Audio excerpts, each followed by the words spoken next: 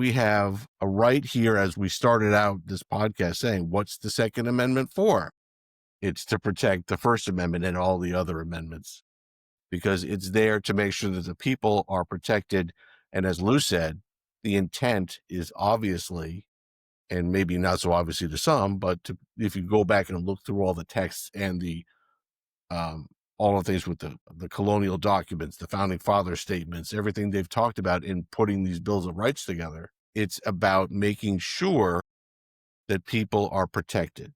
They want to make sure that people have the opportunity to make sure their government doesn't turn on them, and they have the right to protect themselves. And one of the big discussions, I mean, when during the Constitutional Convention back in 1789, when they were discussing this and the Second Amendment, you know, before the Second Amendment came around, that there was actually a significant discussion where you had states like Virginia and New York that they were actually saying specifically, we are concerned and we want to prevent the federal government from disarming our people and our militias, because that's how concerned they were about federal overreach and federal tyranny.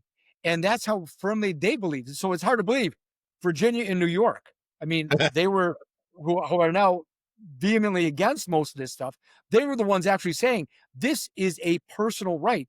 And that was what one of the biggest things that came up is that there was language. And as you read through the discussions, as we've talked about before, that the way these amendments and the way the Constitution really came up is through a lot of give and take. Yes. This is not a perfect document one way or the other.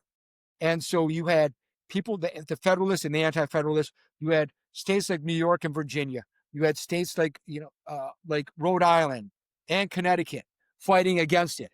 And that there was one of the discussions that came up is how we can make it so that the government cannot prevent other groups, because there was discussion about, oh, well, what about adding in conscientious objectors? Where back then you had the Quakers that were part of a significant factor, and where the Quakers were like, I don't want to own guns. Like I don't pick up a gun. I'm not going to fight. And so they wanted to add that into the Bill of Rights and add it into the Second Amendment. And people were like, no, because then that means that if we allow that, then the government will have the ability to further limit things by other groups. And they're like, we don't want anything limiting it inside there. We want to make sure that people have their own personal rights to possess these weapons, or because not. that's how You don't have to own a gun. Right. Yeah. Right. You don't have to own a gun, but we're not going to create carve-outs, because one of the significant, again, there was a significant discussion.